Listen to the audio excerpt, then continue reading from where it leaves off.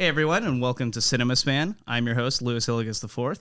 We are covering the films of 2007 this season. Joining me today, I've got Sam Pinnelas, producer at Two Lemon. And then we also have Robyn Beck, writer and professional huge fucking nerd.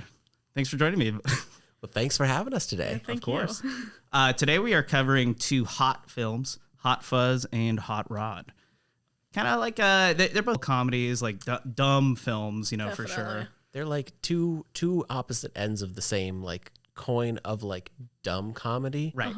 Like absurdist. Yeah, very much like one plays with the form and one just is like we fell down, but in a much funnier way than you'd expect. Yes. Yeah.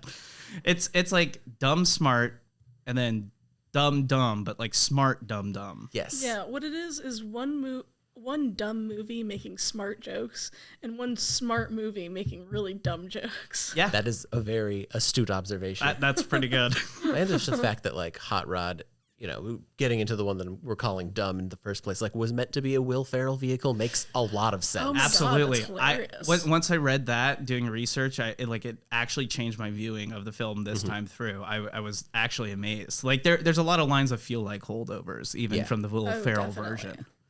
Yeah. I'm like, yeah, we'll probably start with Hot Fuzz though. Directed by Edgar Wright, written by Simon Pegg and Edgar Wright. How do you guys like Edgar Wright? What are your general feelings on him? I really enjoy Edgar Wright. I think his filmmaking and editing is like very iconic and very like, especially in the Cornetto trilogy, which I think is his best work. Because kind of post Cornetto trilogy, like you have Baby Driver, which I thought was good, but like is kind of hit or miss. But like that Cornetto trilogy is like really just out of the park. Yeah, it's kind of the gold standard for him. The Shaun of the Dead, Hot Fuzz, and then The World's End. Yeah. But it also feels like a series that self-imploded. Like by The World's End, the whole point was like, we have to grow up and mature past this point. Like we can't keep even doing these movies, you That's know? a really good point. Yeah, that seems about right. Yeah, because he's a guy I like respect a lot, but like and I like so much of what he does, but a lot of it is like these 20-something-year-old men need to grow up. Well, these 30-something-year-old men need to grow up. Yeah. Well, these 40-something-year-old men need to grow up. And then we move out of there to Baby Driver and Last Night in Soho, which are departures on like the theme, but still have that same kind of like style of, I guess you could even say that the baby driver needs to grow up and the woman who's in college needs to grow up. Baby Driver is all about taking responsibilities for the crimes that he's committed, right? Yes. And like actually going to jail. Like that, he gets the happy ending because he even if it's a fantasy at the end, him being let out. Yeah. It is funny though. I think probably Edgar Wright's best film outside of the Cornetto trilogy is Scott Pilgrim vs. the World. Oh yeah. And that again that is you're a 20-year-old who needs to grow up movie. Well, you need to be a 20-year-old to date other 20-year-olds. Yeah, that's rough. That's like, yeah, buddy, you can't still be in high school. It's weird. I love Scott Pilgrim so much, but I always forget because it's in the middle of the Cornetto. So like I feel like it's like it should be afterwards or before, but it's actually somewhere like in the. It's right out. It's between Hot Fuzz and World's End, right? I think you're right. Yeah. I think it's probably my favorite Edgar Wright film. I wonder if it's simply because it's his best budget. Because he's the type of guy that has like all the stylistic flair and, you know, has a million ideas. He just kind of needs the budget to execute it. Yeah. But yeah, the use of sound effects and like flashy visuals through all of his films, like it really is unparamounted. Even if he's like cribbing Tony Scott's style and like some montages here, he's putting his own twist on everything that he takes. Well, it was fun because in rewatching Hot Fuzz for this, it was going into the like Scott Pilgrim of it. I noticed there were like video game sound effects, like he used like especially when you know are we going into any kind of spoilers to warn anybody? But like you know when they go into the bar, like in that like third act climax, like when they're fighting the bar owners, like there's a lot of like Super Smash Brothers esque like shooting and like maybe even like the home run bat from like Smash Brothers. It sounds like a lot of that specifically in that scene, which was almost disconcerting. It was like, it was like cartoonish and outlandish for certain parts, and then it was like, all right, now we're in video game land too. Yeah, I think that bar shootout is even a callback to Shaun of the Dead because there's a shootout in the bar at the end of Shaun of the Dead And in the first act of Shaun of the Dead, they're playing video games, and they're Sean's calling out, or I don't know what Edgar or what the sorry. I don't know what the character names are, but Simon Pegg is calling out to Nick Frost's character, saying like, go left, go right, behind your shoulder. And they use like one of those terms, like back, up, left in this movie too. It's just kind of like a blanket miss at spot. Nice. But I think that's probably why they bring in the effects again. Like they're just like, yep, same shorthand. Yep. And not to mention how the climax of Hot Fuzz is really formatted like the level of a video game, and they literally say, we're going to go fight the boss now. Oh, yeah. Well, and there's that at the fair, too. Like, they present it like a game, and it's like the plot of the movie, where they're like, okay, shoot all 5 little men, and then you can collect the fuzzy monkey and go home. Yeah. And, Nick Frost is the fuzzy monkey. They even make a joke about that later, calling him the fuzzy monkey. Like, he doesn't know the difference. Like, talking about the monkey or me? Yeah. This film was packed with jokes. It's I most of them hit for me. I mean, I think this is my favorite of the Cornetto trilogy. I would agree. I think I would put Shaun of the Dead probably higher up for me, just because rewatching this one again, it was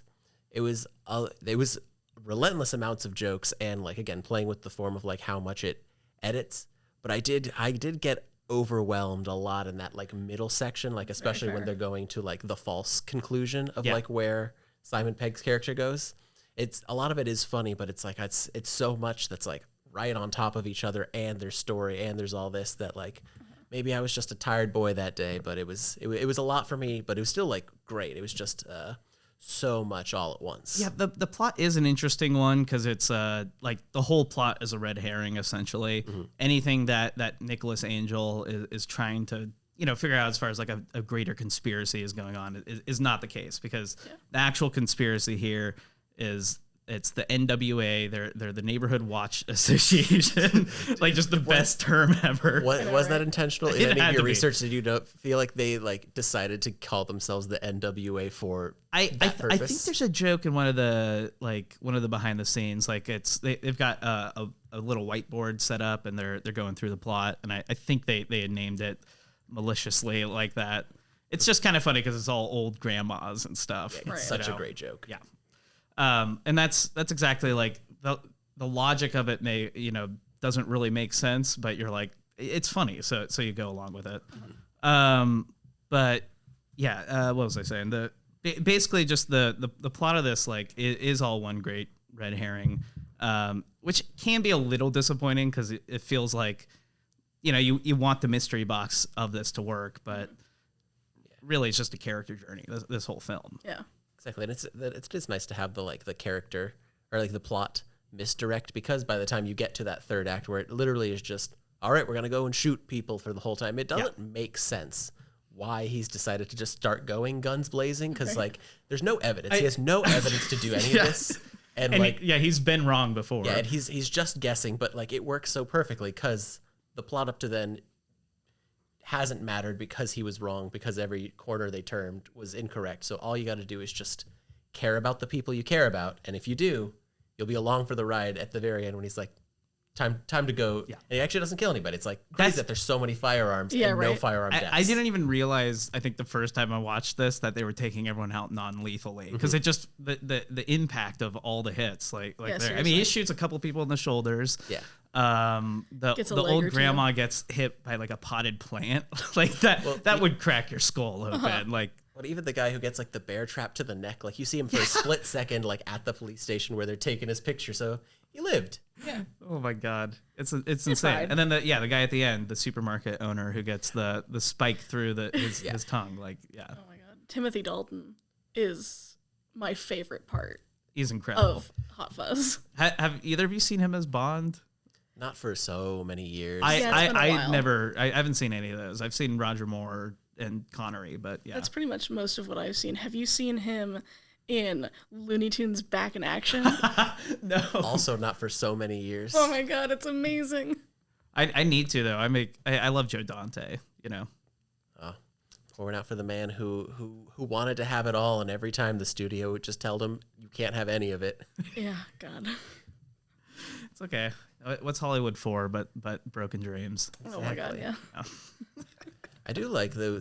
Speaking of like Timothy Dalton and like how many just like British like superstars just were in it for, you know, some of them were in it actually for a lot because Jim Broadbent is like I think that was him who was like the police captain. Yeah. And like is in there for like a good amount of it. And you got Timothy Dalton as like, you know, the bad guy, but then of course you Bill got Nye. Bill, Bill Nye being like the other police captain was Absolutely. a great addition. Like, you know, because you get Martin Freeman, then you get Steve Coogan, then you get Bill Nye. It's like a great. Yeah, it's a big year for Bill Nye too. He's in Pirates of the Caribbean as Davy Jones. Oh you my know, God. Wow. And I swear he does like the same like nose acting gesture here that he does like in a scene with Jack Sparrow. like I clocked it. I was like, holy shit, this guy's great. Have you already covered hit Pirates of the Caribbean on this before? Yeah. Okay, so give me the your audience thoughts. knows the Bill Nye canon of his acting in course. the year 2007. Yes.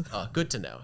It's a man who finally hit his stride in the last year. So I'm one of the few people who saw Living, his Oscar-nominated role. Oh my god, I did not see that. Yeah.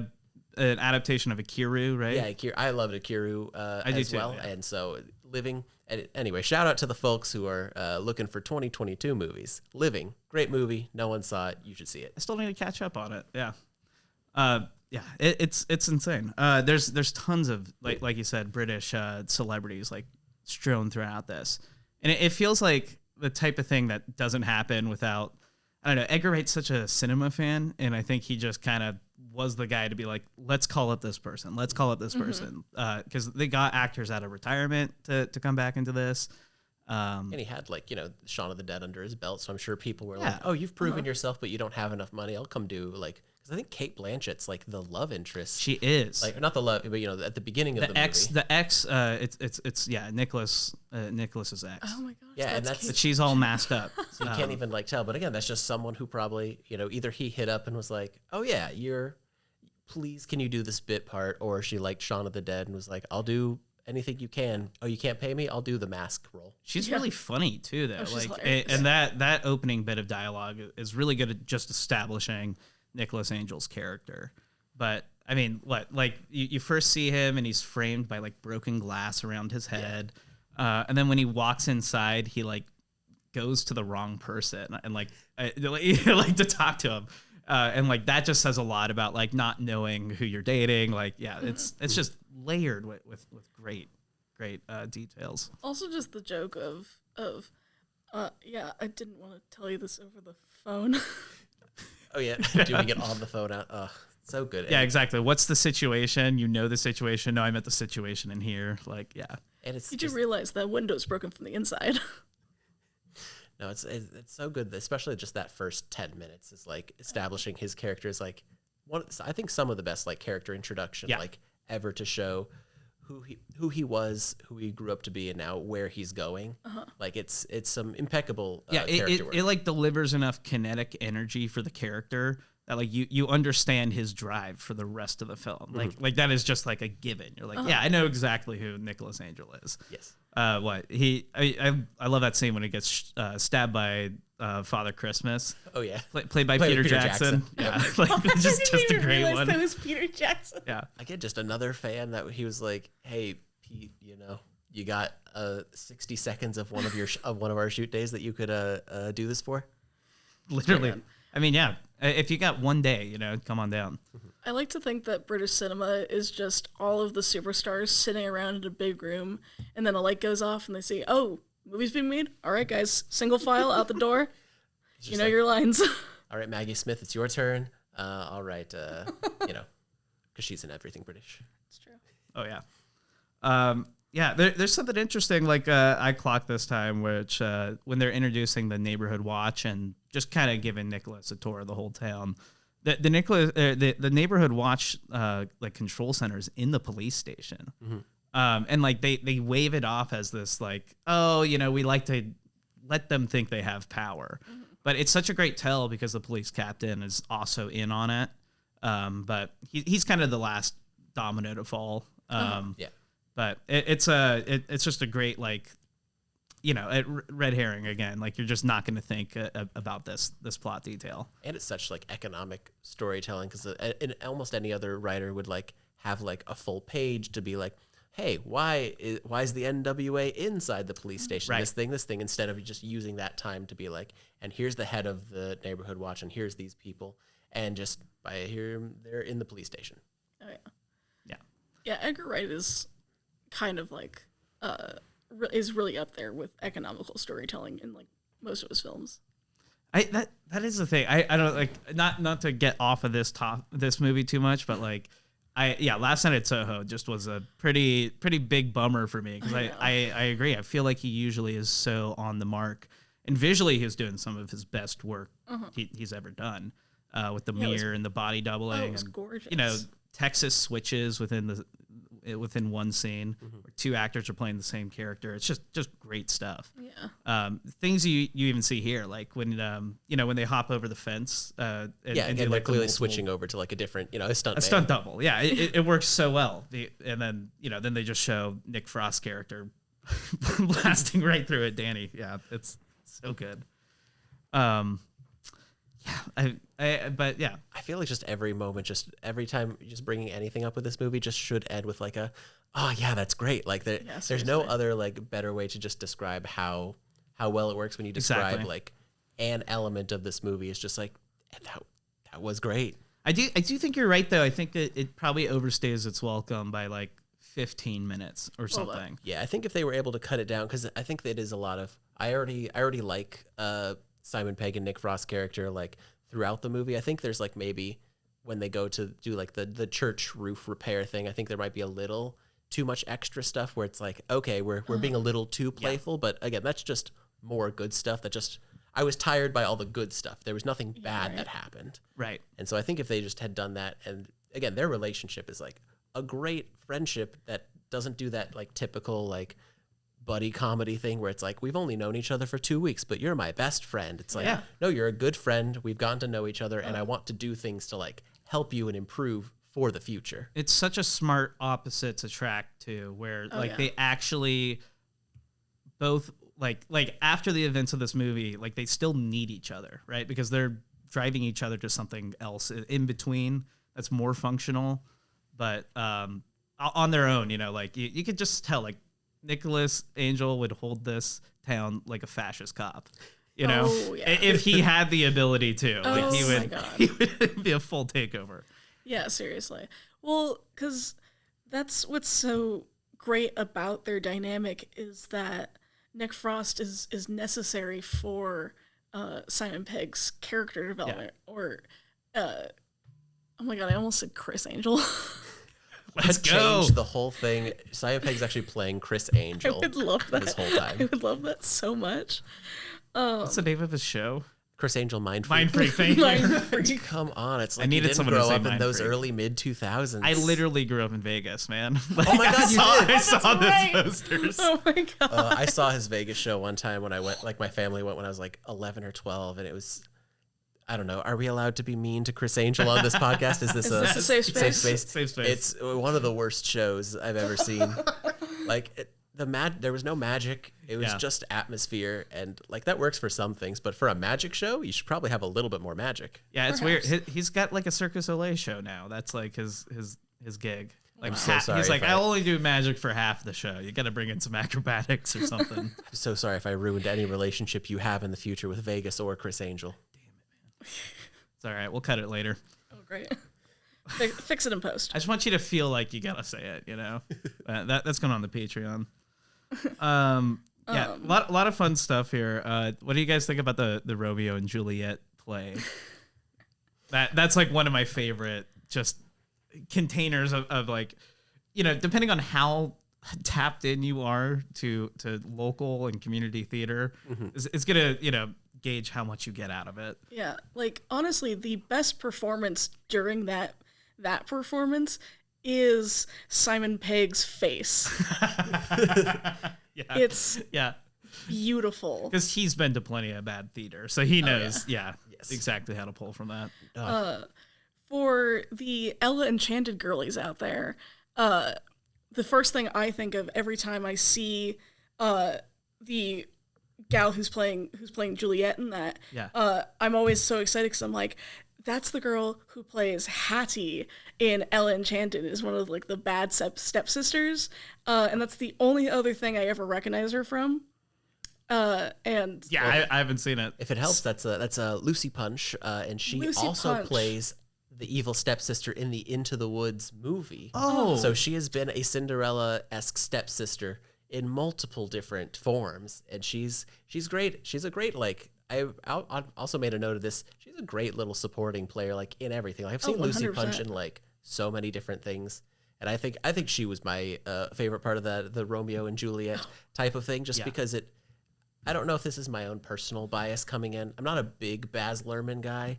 I don't like Moulin Rouge. So when they started kind of like doing the Romeo and Juliet like death scene, and then they go into contemporary pop music, that felt to me like a little bit of a dig at Moulin Rouge. I totally see that. They said it in the commentary that it originally was written as a adaptation of Baz Luhrmann's Romeo and Juliet Nice. put onto the stage, like making it a round thing again. So yeah, you were right on the money. And I that's, totally see that. because isn't she wearing like wings, like kind of like how Claire Danes does, like in the thing? Oh yeah. And that just makes it even funnier that an older man is trying to be Leonardo DiCaprio's Romeo. It's so good.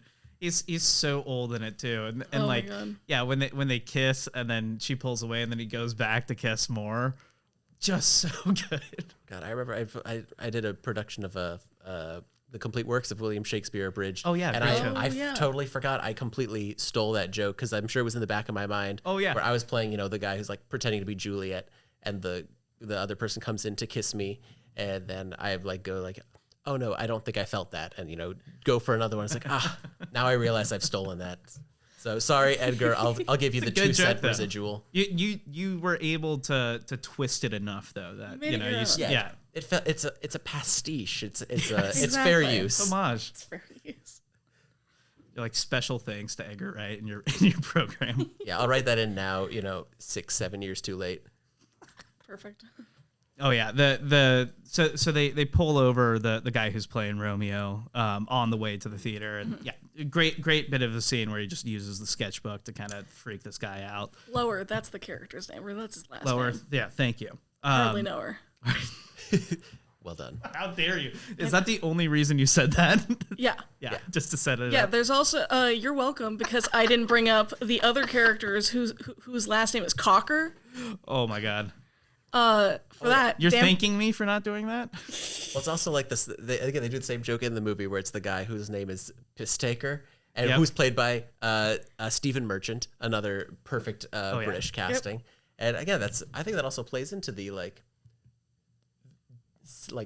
smart movie, dumb as hell jokes, just Absolutely. because you can. Well, and yeah, the love fact it. that they're chasing a swan, like for real, and that the swan is what like ends up, finishing the movie, right? Yes. It's the final blow to the police captain is dealt by the swan. Deus Ex Waterfowl. Deus Ex Waterfowl.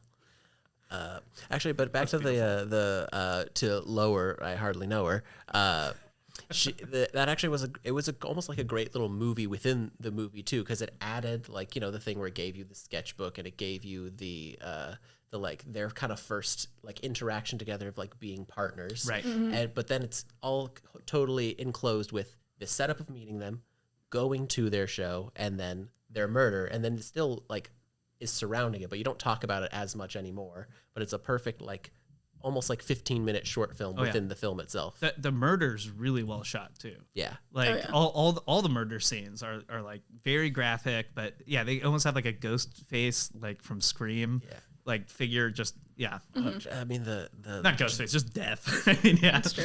Just I that did poor get Ghostface journalist. vibes from that. I did too.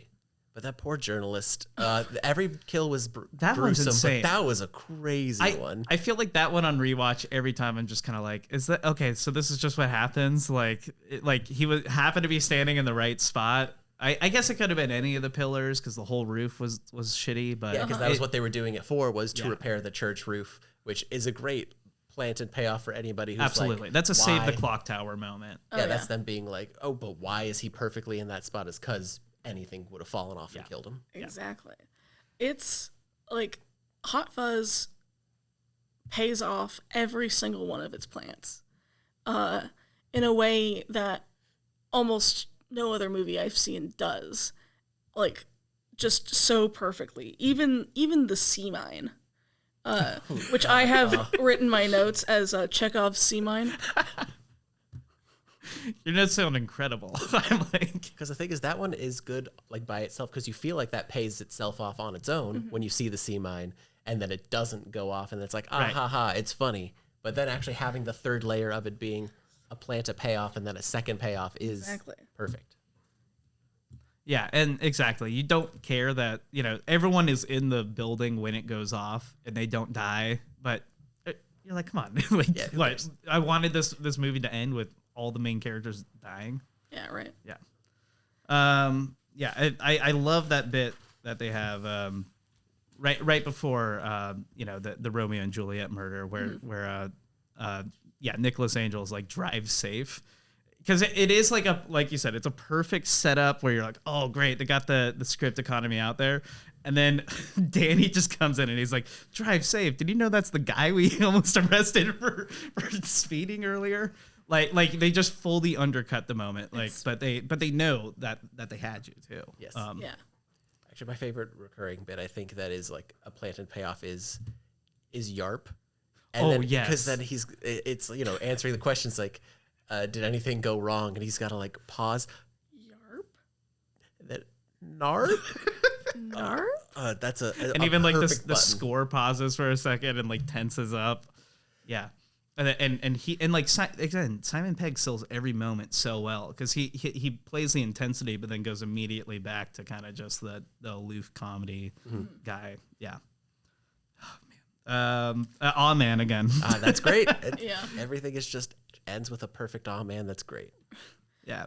He also just plays such a great straight man to Nick Frost. Absolutely. It's the level of his straight man in this is so funny too because like even when he's describing his backstory, he's talking about how his uncle bought him this pedal bike, and when he figured out that his uncle maybe bought it with drug money, he said that he put the pedal bike away like he was like an 8-year-old kid, and he was like, I refuse. Because even though he wanted to be a cop, that's his personality from the start. Was this super serious kind of guy. Oh my god. Yeah, like fully just like straight legalist, very black and white. Yeah, it is interesting that he is like he's funny in what he does, but he is the straight man in The Thing. But then in something like Mission Impossible, which everyone check out Mission Impossible, Dead Reckoning Part 1. He's supposed to be like the funny guy, and it's so interesting that he can just be in comedy movies, be the straight guy, still be funny, and then try to pull out like the only funny part of like a serious movie. Yeah, I feel like this Cornetto trilogy definitely proved that he could do a little bit of action and probably put them on his radar. Yeah, but you're right, because he's never going to be the Tom Cruise guy. I do think, but he's a great lead for all three of these. Yeah.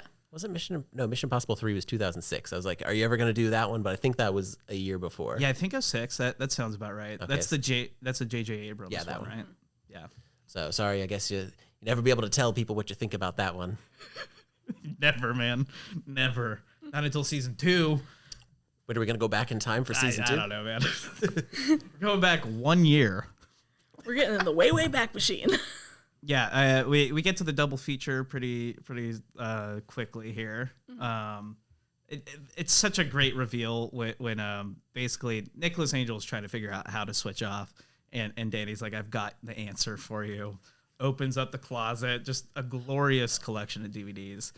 And again, another set of stuff that like I think is similar because he in Shaun of the Dead like Nick Frost does the same thing where he lists a bunch of stuff that is supposed to happen. Like it's like, oh, did any of these things happen? Like when they're at the bar, and then they do the entire thing throughout the movie. Yeah, and then when he describes the things that he wants, and then shows the movies that he like got them from, and then they completely recreate the entire things bit by bit throughout that like third act is like it's great. Yeah, I know, like the Point Break homages. When he's like when Danny can't shoot his dad, so he shoots into the air. You're like, it almost works better than it does in Point Break. Right. Like, well, because that's not to say that I don't think Keanu and Swayze didn't have like a good relationship in that one, but it's so much more emotional knowing that, you know, this guy had like his dad and they specifically are where they are because of, you know, the mom dying. And I haven't seen Point Break in a while, but I don't think it's in a similar ballpark of like character work. It's just the moment just comes off a little cheesier, I think. It still hits. I love Point Break. Point Break's great. I just think you're already sold on the relationship, and so it's more like a pointless gesture. Where you're like, you didn't need to waste those rounds, buddy. Whereas like it feels like Danny's like basically never even fired a gun before like this whole action set piece, and like he's been longing to get into this kind of police life, and he's actually confronted with like the movie reality of like having to shoot your dad. Like that doesn't happen in real life very often. Speak for yourself. Yeah, right. Who among us hasn't shot or wanted to fight their own dad? Yeah, Rod included. Well, what a segue, my dude. I'm like, we're almost there. We're almost there, but no. Right. But then again, just with the homage stuff, the Bad Boys 2, like they completely recreate them getting out of the cop car, like the Michael Bay, like going around them as they put the sun. Edgar Wright's photographic memory must be like insane to get that stuff like moment, like almost frame by frame perfectly. Yeah. Like homage. Dude, there's even like a John Woo shot where with like white pigeons flying behind him, and like he really took every big action director and somehow like packed it into this And made it all cohesive and make sense for what he was doing. Yeah. No, again, like the montage at the end with like the everyone being booked, you know, like that's Tony Scott, but then also like they're doing paperwork, you know, and like he's like clicking the pens and going badass, and it's just like he makes it work for the mundane moments. Which I don't think anyone else had really tried that type of juxtaposition like before him. I think it's a little more common now maybe, but or if they do it, it's like one of those like, you know, hard cut, like they're doing an action thing, then hard cut to the boring shot, and that's like the joke. Instead of making the joke, the boring stuff is exciting to them. Like turning on the shower, getting ready, like each one of these can be a crazy whip pan. And that is the power of editing. Absolutely. But like you have to have it in your head too, right? Because like you don't get those shots without storyboarding it and knowing beforehand. Well, that's why, like, not that Baby Driver didn't deserve its Oscar nomination for best editing, but that had to have been so perfectly like storyboarded. It was essentially probably like plug and play type of stuff. Literally, I think Edgar Wright had a thing where he said like the whole movie was so storyboarded out that they went to go shoot one of the stunts, and like the stunt driver is like, it's going to take the car longer to do this stunt than what you've allotted it time for. And like, he had to like write into the script, like Baby rewinding the song 15 seconds so that they could add 15 seconds to that segment. Like, that whole thing was perfectly put together. That's crazy. See, one of my favorite parts of Hot Fuzz will always be really anything having to do with the London police, especially in the beginning, where just the perfect joke of, well, you're making us all look bad. Oh yeah, you're too good. You're too good at your job. It's reasonable though, because you're like that. If you have any understanding of how business or like government and politics work, sometimes it is that. You know. Wait, because if you show you're too efficient, then people will expect that, which similar to Bill Nye's role in Living, similar thing where bureaucracy, they want you to gum up the work so that you don't have to do as much stuff, because then people expect every problem to be fixed. Yeah. By Jove, you got there. I did it. Everyone go watch Living with Bill Nye right now. So good. I can't wait to hear you bring up Bill Nye in Hot Rod for the third one. I'll find a way. Life finds a way. Exactly. I do like all the murders are like very petty. Like the reasons why these guys get killed. Like it's not like Romeo and Juliet getting murdered is because of the quality of acting, not because of anything else these two people have done in the community. Mm-hmm. Which also was great, like way to plot and like figure out a storyline that would 100% make so much more sense. Yeah. And like, I don't know, it's a thing where, again, with Edgar Wright's kind of thing, there's never like a thing where each moment has like a meaning. It's usually the overall thing of like, again, the person needs to grow up or learn some type of lesson. But it did feel like there was an interesting thought there where it's like, sometimes things are not super complicated. Sometimes people will kill just because they're petty. And in a bigger way, sometimes people are, hardcore cops just because that's who they are. Sometimes a guy is a lazy cop just because he likes movies. Like sometimes the simple answer just is what it is. Yeah, That's and true. also like this power structure getting to the point that it's petty, because they probably did start a little, I don't know, nicer. But it's great seeing like in the final sequence when Nicholas Angel falls basically like through a floor and is in this like basement with all the skeletons and dead bodies of like anyone who you saw causing trouble through the movie. Because they were like, there's hoodlum kids dead, like loiterers, shoplifters. Every person that Nicholas Angel arrests ends up dead in the end, which is crazy. Like everyone in the first night, that the kids that are on the street, like the piss takers, like everything. Well, that makes sense because like that was even easy access for them. They didn't have to worry about like the murders being caught by them because he put them in jail, and the NWA works at the police station. So then they just took the people that he had already arrested out of there and took it off the record, right? There's no record of these people even coming in, and then just a clean kill. Yeah, it's like this movie is the perfect encapsulation of the like classist system of white hegemony. Yeah. Or hegemony, however the fuck you pronounce it. Oh, you're absolutely right. I mean, just the thing of too many white people trying to be all the same. Exactly. Yep. Yeah, and also just, like the white people trying to preserve their idyllic little, like, countryside village. Oh, yeah. Where there's no industrialization, there's no fancy shops, and no people of color, and none of those icky pores that perform on the street to get money. Yeah, it's all in the name of the greater good too, right? Like that's greater good. Thank you. Which is funny that I think that is a correct interpretation. I am like 99% certain Edgar Wright was not thinking about race.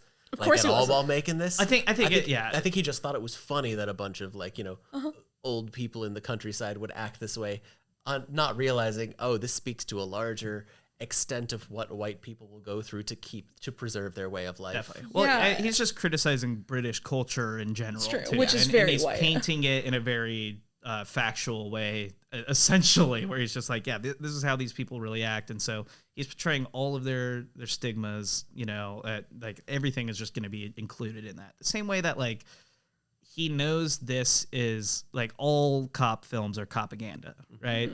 And he's not necessarily pro authoritarianism or anything like that. He just knows it's fun.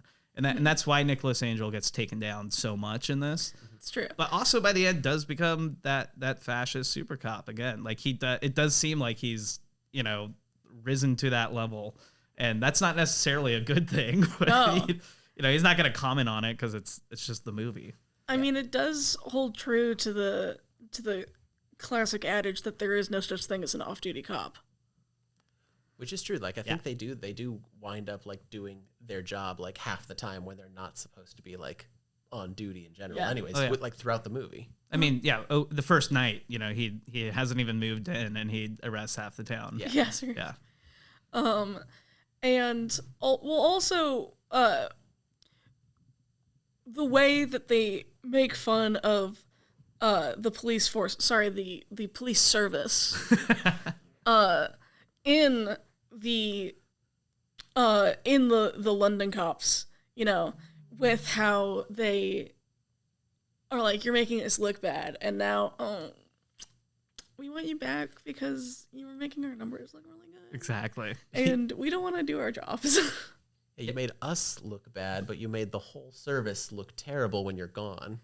It is great. There's 2 times where like Nicholas Angel gets the tap on the shoulder that London is calling for you, and he brushes it off both times.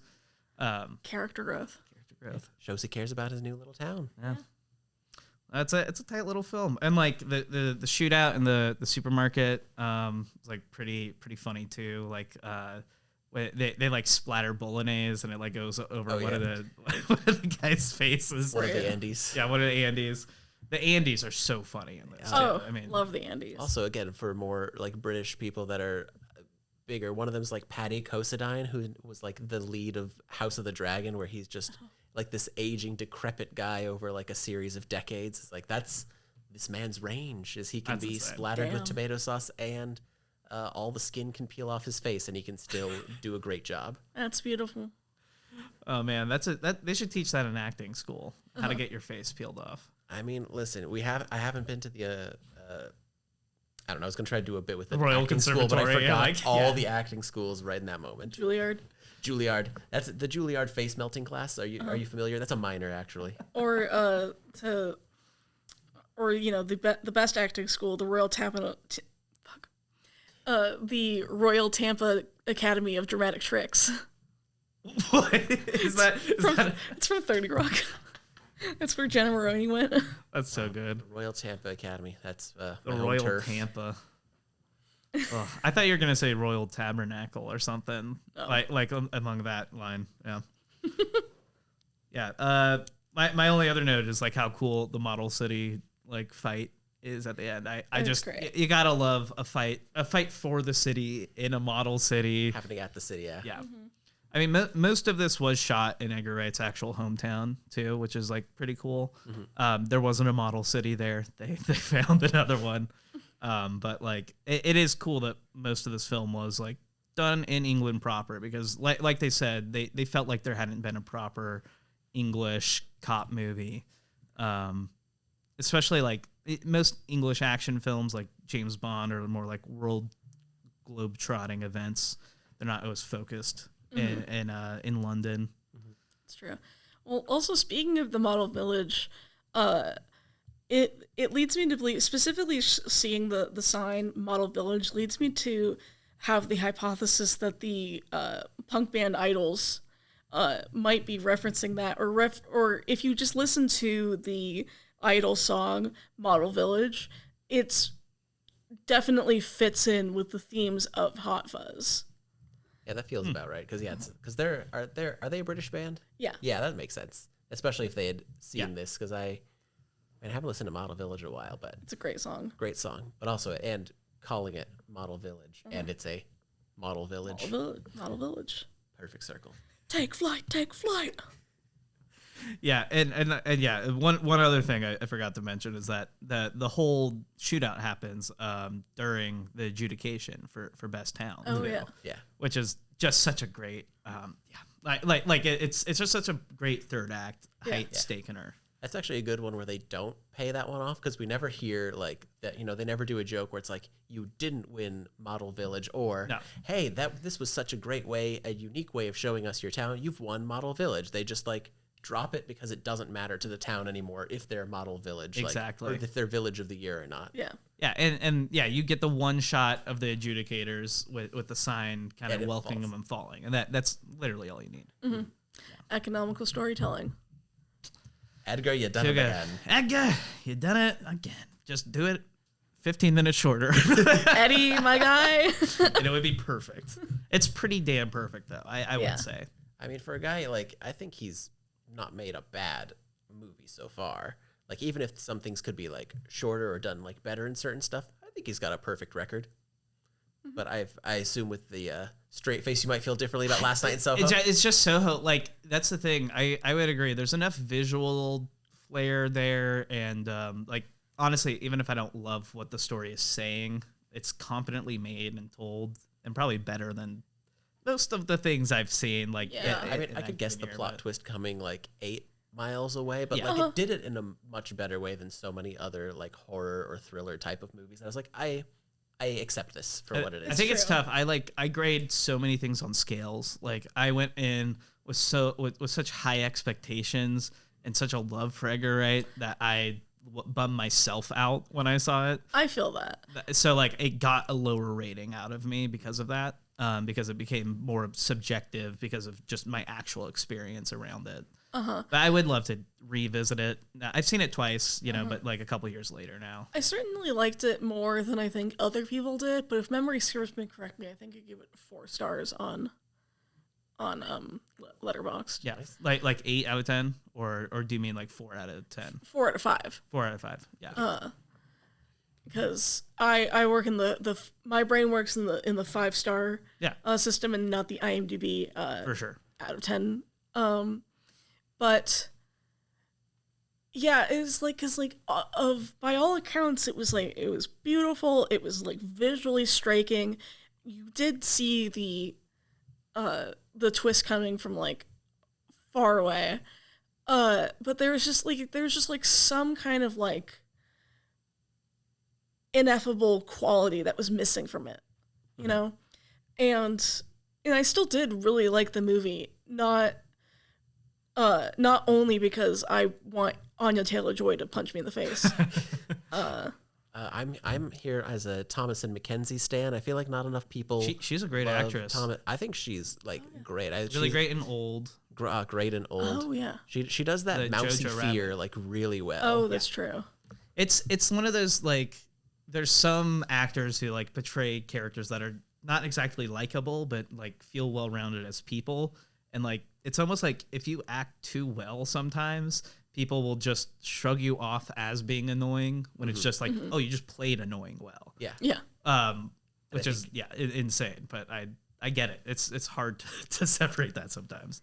I think she just needs the right kind of like firecracker role probably to really get people going for her. Yeah. She had some Sundance movie this past year that I heard people thought was interesting for her, but I'm holding out. Thomasin, if you're hearing me, I'll get a script for you. I promise. I'll get something on the books. She was in Power of the Dog too, right? Yeah, she had like a weird like brief role, but I think that might have just been like she's Australian, so she probably was just in Australia. Yeah, they have a thing over there where it's like they're just pretty strict about local hires. So I think it was one of the few local hires they could get. Yeah. To kind of tip it. Yeah. Well, cool. You guys have any last thoughts on Hot Fuzz before we move on? I feel like we all said good wrap up. Yeah. Just a clear, yeah, man. It's great. Man. Like it's straight up. It's just too good. Oh yeah, I agree. Yeah. Judge, jury, and executioner. An adjudicator. All right, cool. We'll take a quick break. Be right back.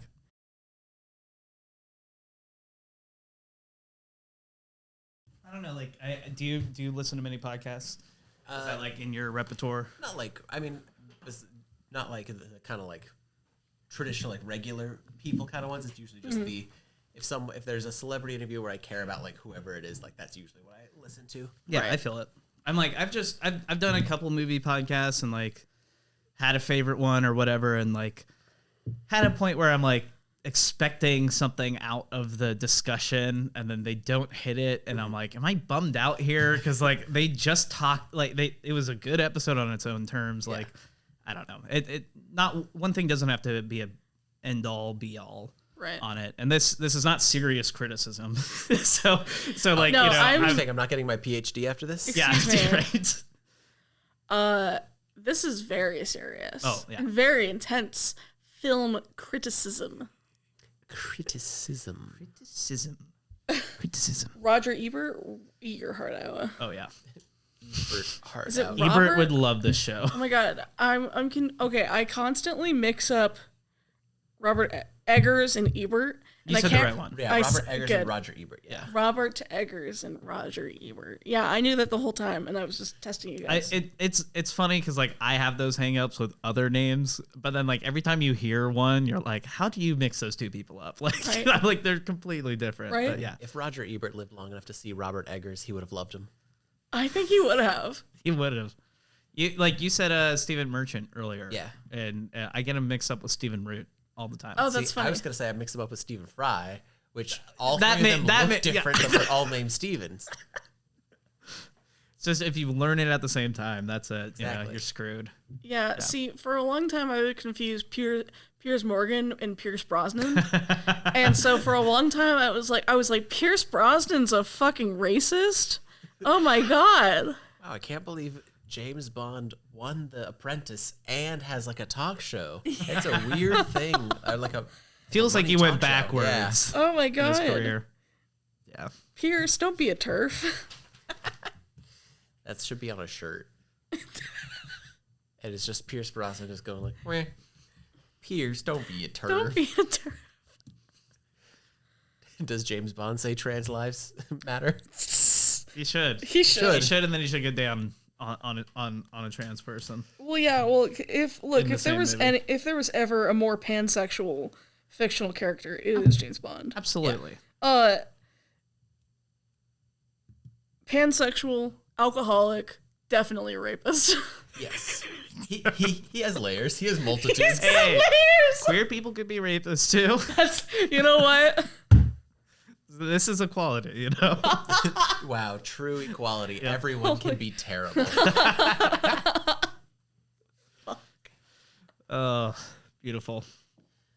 Yeah. All right. Cool. You guys ready? All right. I'm fucking. Let's keep that one. Let's keep that one in there. I was like, there's no segue here. God. You set up the perfect segue just like halfway. Like, oh, I know. Yeah, we'll just cut everything else.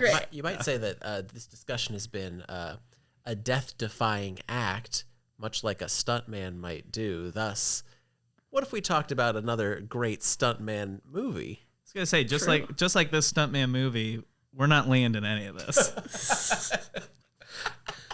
Incredible. Well, I'm feeling pretty hot. Woo! And my name is Rod, and I like to party.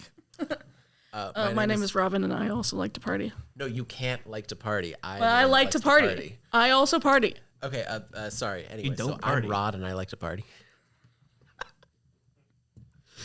Welcome back, everybody. We are talking about Hot Rod, if you couldn't tell, directed by Akiva Schaffer of the Lonely Island fame. Also rounding out the Lonely Island, obviously, it's star Andy Samberg. Then we also have Jordan Deacon. Yorma. Thank you, Yorma Deacon. Bill Hader. Bill Hader's in the cast. Same with Danny McBride. Isla Fisher. Isla. Yeah, dude. That's all right. I got you. This is all. Yeah, this is rough. That's all right. And, I don't host this. Will Ernit. Oh yeah. Will Ernit. Erniter. Will Erniter. Yeah. Erniter. What else? We got we got Spaceman. Sissy Spacek and Ian McShane. That's fucking insane. Oh my god, Ian McShane's so good in this. And Chris Parnell. That's what I was looking for. Dr. Spaceman. Dr. Spaceman. Dr. Spaceman. Dr. Spacek. Dr. Sissy Spacek. Spaceman. Oh man, what a great cast. It truly Seriously. Is. Like I don't know what do you guys have like a history with this movie like at all? I literally saw this movie for the first time yesterday. Wow. I was a big SNL in like 2005-6 kind of guy, so this movie was like made for me. So I've got like a long rich history of being like on the train of it's an unsung, like, not, masterpiece is a strong word, but I might put it in that category. I definitely think because of the age I saw it and the amount of times I saw it, it's gonna always get extra points from me. Mm-hmm. But it's a 90-minute flick, and again, none of it like doesn't land. It's all incredible. Andy Samberg doesn't land in stunts. In fact, Andy Samberg nor his stuntmen. If you actually check out all the stunts, he never succeeds at a single stunt in the entire movie. It's beautiful. The most you could say is that he falls off of his bike and then he ragdolls at the end, when he jumps the buses. And that's the closest he gets to landing. Yeah, the stunt he's performing is not dying. Yes. I mean, again, that's the true skill. That's kind of like the message of the movie is you fail, but you keep bringing yourself back up, and sometimes those failures can bring you the success that you were looking for. But also, most stuntmen, will tell you that, there's no way to take a fall and not get hurt. You just take the fall and get hurt less than other people. Yes. But it's still wear and tear on your body. And it's like a lot of stuntmen have like short career spans or have to transition into coordinating stunts because of that. Yeah.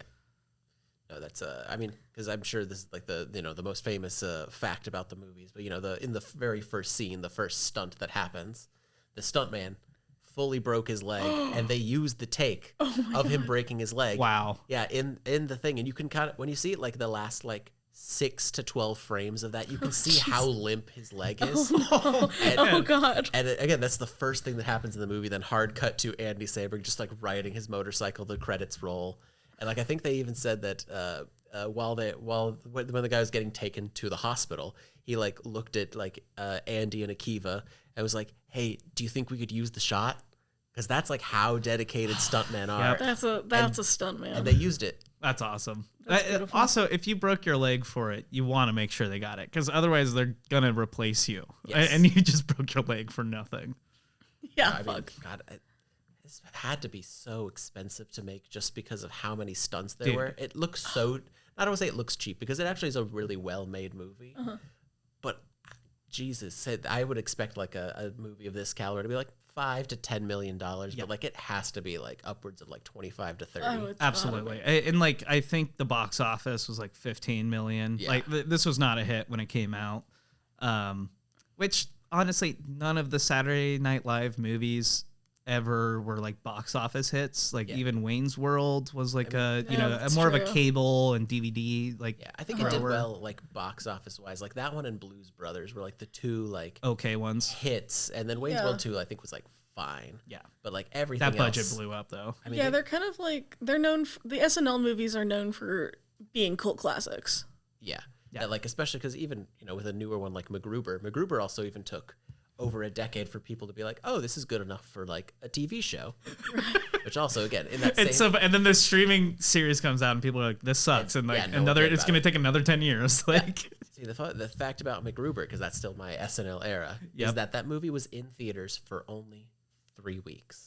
It came and left because so few people saw it. That's insane. For that era, that's insane. That's like what you get today, and they play it for 3 weeks and then they put it on streaming. But I saw it twice in theaters because of how good it was for me. And the only person who did it. Way to go, man! Yeah, I'm glad you held up the front lines. I'm the reason Will Forte gets to have a house. Will Forte is the best. It's such a good generation of Saturday Night Live around here. It's true. And like we mentioned earlier, this started as a vehicle for Will Ferrell. Yeah. And it's funny because like I just never really thought about the kind of connection between Ferrell and Sandberg, but I do think they kind of both play that village idiot pretty well, which is like it's a tradition. There's plenty of people on SNL history have done that, like. Chris Farley was a great fool. Yeah, I think they have like two different sides, because I think Will Ferrell like almost in like an acting way like fully commits, like he's like I think like friends of his have said like you can see like brain cells turning off in his head to like become dumber. But I think Andy Samberg does it more. There's a little heightened where he's like he knows that he's playing dumb. Yeah, he's putting energy into the dumbness, and you're watching like someone pretend to be dumb, and that's part of the fun. It's like much like these two movies, two separate sides of the dumb coin is like someone who's just being dumb and someone who's like, I'm going to show you what dumb is. So Will Ferrell uses the method for acting dumb. I think he doesn't even realize he's using the method. I think that's just like a thing where it's like, oh, I can do this. And he just like, the light goes out from behind his eyes. He's like, I'm less smart now. He does commit better than anyone else. And, it's true. We covered Blades of Glory this year. But it's something I said there too, where it's like he would always commit harder than anyone else on SNL. Like even if the sketch was bombing, he would double or triple down on it, almost like as a punishment or a fuck you to the audience. Like, which is kind of it's like, how dare you not think we're funny? Which probably explains why his movies are not really hitting now, because like he fell off the mainstream level, but he kind of just is still sticking to his guns. Yes. Yeah. But they'll probably bring something good one day from him. Yeah.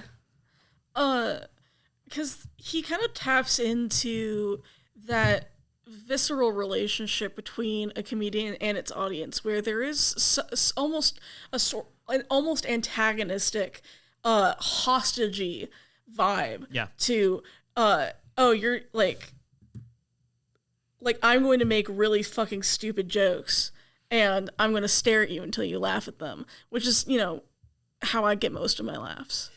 I mean, yeah, it's clowning, right? Like, it's clowning. Because like the clown actually has to engage the audience, whereas like every other piece of comedy, if it's written at least, is about, distancing yourself from that wall. But it's why people love Deadpool. I mean, at the end of the day, like it's unfortunate, but he's the only one who's like towing that line.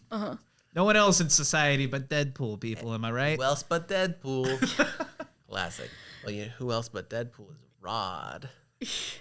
Tracy Morgan kind of encapsulates a similar kind of humor where he's going to hit the beat, and the first time you hear it, you're like, oh yeah, that's okay, and then by the 20th time, comedic genius, this is fucking hilarious. Yeah. His beauty, I think, comes in the dumb logic, right? Like he's like, I'm accepting the pretense that I'm a dumb guy, and this is how dumb guys think, and that almost like early Homer Simpson stuff before it becomes like a bit too, Well, it's in that same if you guys have seen I Think You Should Leave, it's very much like even if this doesn't make sense to you because of how much it makes sense to the person that is in the middle of the person in the wrong, how much it makes sense to them. It's like, you know what? It makes sense to me even if no logic is put behind it. This is just such a commitment from it that if it doesn't happen the first time, you will laugh by the fourth or fifth time. You're damn right. And that speaks to the fact that I Think You Should Leave sketches just grow on you. In such a specific way, where the first time you watch through the new any new season of I Think You Should Leave, the first watch through isn't even really you absorbing anything. It's just you have to watch it again. It feels like a lot of yelling. Just like I'm getting yelled at. The first one is just kind of a cursory scan over, and then you got to dive back in and get really deep and really experience those sketches again. I always find I Think You Should Leave is way funnier when I talk about it with someone. Yeah. And just hear what because someone will just bend over howling at something, and you're like, wow, it didn't hit me like that, but now that I'm seeing it hit you, it's actually kind of getting me. Oh yeah. Yeah, when you explain it, it's almost when you explain the joke, it's almost never funny. But when you explain the joke for I Think You Should Leave, it works. Because I think that's part of why it's great that they're 15 minutes. Because you can watch them once, not laugh a whole time, but watching the sketch is the pretext for watching the sketch. Then you go back and it's I am 100% on board now because I needed to just let it wash over me first. That's first time I watched Comedy Bang Bang, the TV series, I was not really engaging with it. I think I was thinking it was just a bad interview couch show for a second. And then I was like, oh, okay, wait, this is what's going on here. But that's a lot of new things. They're gonna rub you wrong, and it's interesting. I think I when I was reading through just kind of Andy Samberg and everyone's their reception to kind of the critical response on this. They seem to understand that critics always undervalue comedies when they first come onto the scene, and he said, Samberg said, if this becomes a classic the way that Happy Madison is a classic for me, then he would be happy, which is great. It's just, it feels today especially so hard to get a comedy movie made at all. Oh, it's so true. That you're just any scenario you can get this going. You got to accept the victory. Confess Fletch last year, an incredible comedy starring John Hamm. Everyone's got to go see. I'll push it up the hill. No one knew because it just went almost straight to VOD. Straight to VOD, exactly. Oh man, getting a call. Oh, that was Criss Angel coming to be like, he heard what we said. Dare you? I heard. It took me 10 minutes to get your phone number. I'm taking your Vegas card away. You're not from Vegas anymore. You're on the no-fly list at McCarran Airport. The entire state of Nevada is lost to you. Damn. Just like a giant mirage out in the desert that I'm walking towards. You just pass through it. What the fuck? What? I used to live here. This is my house. Criss Angel lives in your house now. It's mine now. That would be a true I'm taking your spot at Thanksgiving dinner now. Yeah, you actually have to fist fight Criss Angel in order to become yourself again. I would gladly fist fight Criss Angel. I feel like every person needs to go through that trial. Everybody. So 8 billion people have to fist fight Criss Angel. That should be his new job, is going door to door to fist fight people. Because like, okay, that's the plot of Hot Rod, You right? have to It's like prove that all you're a Rod man. needed was one antagonist to get him going, and it's like everyone hates Criss Angel Everybody and wants to get in the fight, but he can use magic tricks on your ass. You know, like everything's fair game for him. He's not doing magic tricks. Dude, come on. He's Well, just wearing yeah. he's just wearing capes and just pretending it's magic. However, that was actually a great segue to something I wanted to go over with Hot Rod. Is similar to how Hot Fuzz like gets you into the Simon Pegg character really quickly. I genuinely love the relationship between Rod and like everybody in his life, but especially his stepdad, played by Ian McShane, because So like good. it's a thing where like when you first watch, it's like, oh, it's dumb, he wants to fight him, but like they have such an interesting understanding. Like they don't have any animosity. It's truly like these guys do love each other, and it hit me in a weird emotional place this time. I was like, did. it's because it's not a thing where he's like saying, you know, you're dumb or you're stupid. He's like, you've got to prove yourself. You're, you know, whatever, 30 years old and you're living at home, and like a very antiquated way of proving you're a man, but like in that same way. And I thought it was a very weirdly deep relationship. It was, especially that like moment where they do have sort of a heart to heart, and you know he's dying, and he asks his stepdad, if I land this, will you respect me? And he's like, the only way I'll respect you is if you beat me in a fight. Right. He still has to beat Yes. him at the end. You still have to beat me. It's so good. That's the thing. They do sell the emotionality of it. Like at the few points where like they really need to. You know, when the stepdad's sick and he comes home. But then also like at the end when he's like going off to do this big jump, like they have that look at each other where it's like they're locked in. They get it. They're like, I'm gonna win your respect right now. And it's like it's just such a funny thing to be on the same terms about, which is like why it stays funny, but you do buy into it too. Yeah, it was like, again, it's a weird thing because now we're comparing Hot Rod and Hot Fuzz, but like the thing that I actually liked better about Hot Rod is that a lot of times in Hot Fuzz they would like do something serious and then have like a joke kind of undercut like the moment, which was, to be fair, those were funnier jokes, but none of the jokes in Hot Rod, at least that I could tell, like undercut, except for the one where it's like, you look shitty, Denise, but like that's just a very silly thing. Yeah. Like all the jokes were just their own things, and the emotional things were their own things. Exactly. And it felt like they were like a weird like marriage between the two where they were never sacrificing one thing for the other. I think that's the thing though, is like it's the form these movies take, right? Yeah. Like Edgar Wright puts everything through the action movie like you know, lens. And so because of that, he has to take things seriously. Whereas like here, they're really trying to break form everywhere they can. Yeah. And because they're constantly breaking form, when they undercut a joke, it doesn't feel like it's breaking the general reality, because the reality that they set up is already broken. There is one of those moments where like he walks away from Denise. I forget I forget what the moment is, but he walks away from Denise and then he gets hit by a car. Yeah. At the end, it's when he quits being like the stuntman, and it's like that's a joke that like I laughed at, but like could have undercut the moment pretty badly. Yeah. But Rod quitting his whole stuntman routine is such a farce anyways. Yeah. That you're like, I don't care if this moment gets undercut. Yeah, it sort of has room to let the stupidity breathe. Yeah.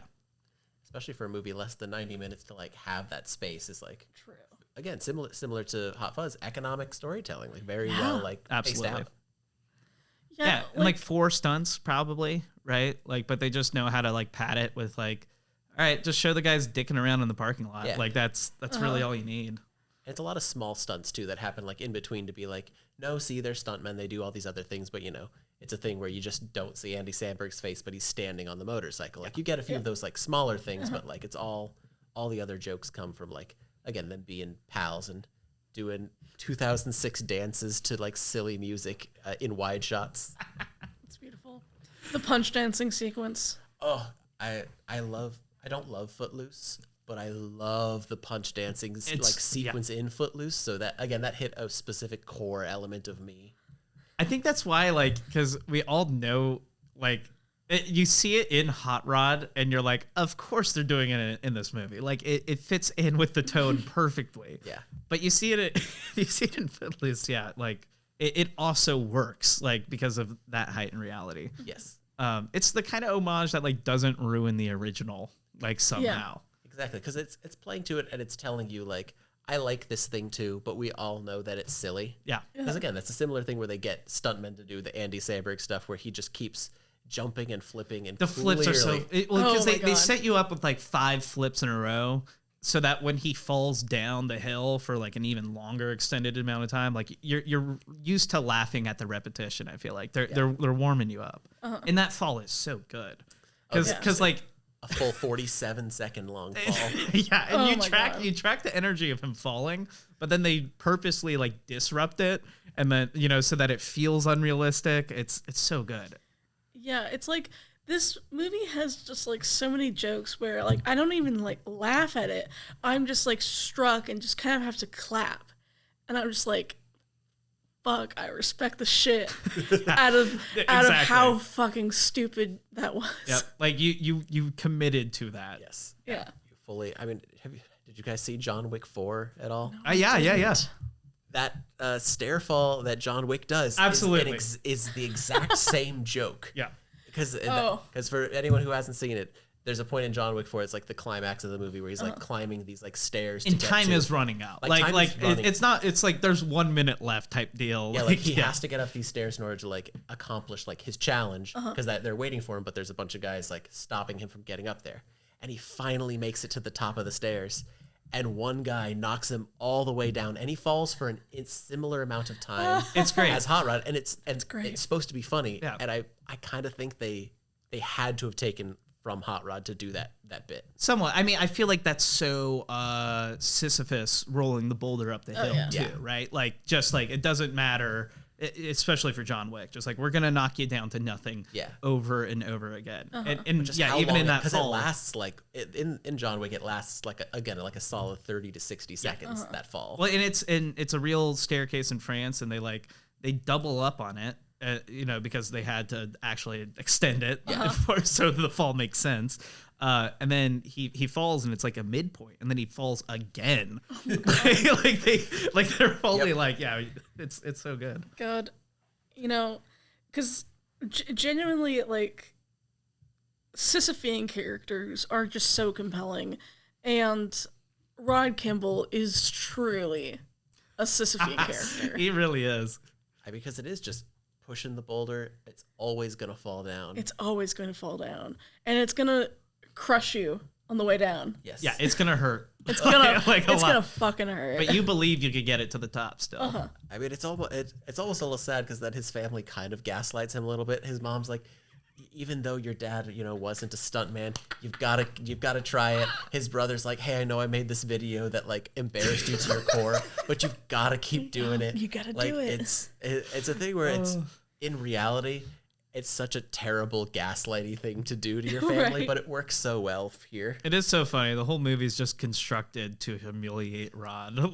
You're just going through the list, and I'm like, yeah, every set piece is just like, how bad can we get Rod to react here? Like when they screen his movie, that's just a compilation of all his stunts. That would just be a fail video on the internet now. Yeah. Which they may have even been commenting on a little bit. Because I think they did do that a little bit. Because I think it was shortly after Lazy Sunday came out. Yeah, Lazy Sunday was 06. So then I think they did that where it was like, yeah, this got downloaded like 100,000 times. And for 2007 numbers, that's like very solid for those the are internet. Numbers.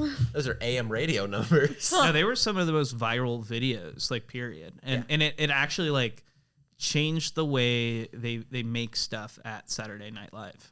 True. Because they didn't have digital shorts before that. Yeah, I think they had like a pre-tape like once a week, maybe once every couple weeks. They would do short films like in the first season of Saturday Night Live, Albert Brooks actually directed a couple short films for them. And then there's the TV Funhouse stuff for a while. Oh, yeah, the animated ones. Yeah, I think animated gay duo. I think P.T. Anderson actually did do one that was like when Ben Affleck hosted in like early 2000s. Really? Yeah, I think he did do one of them. That's awesome. I mean, because he's married to Maya Rudolph, so I think that was like a thing where that was kind of like his introduction to the SNL realm. That's the thing though, is like they do let people come and direct an episode every once in a while. They've had a couple famous directors, so he could have done the whole thing even. Yeah, he could have.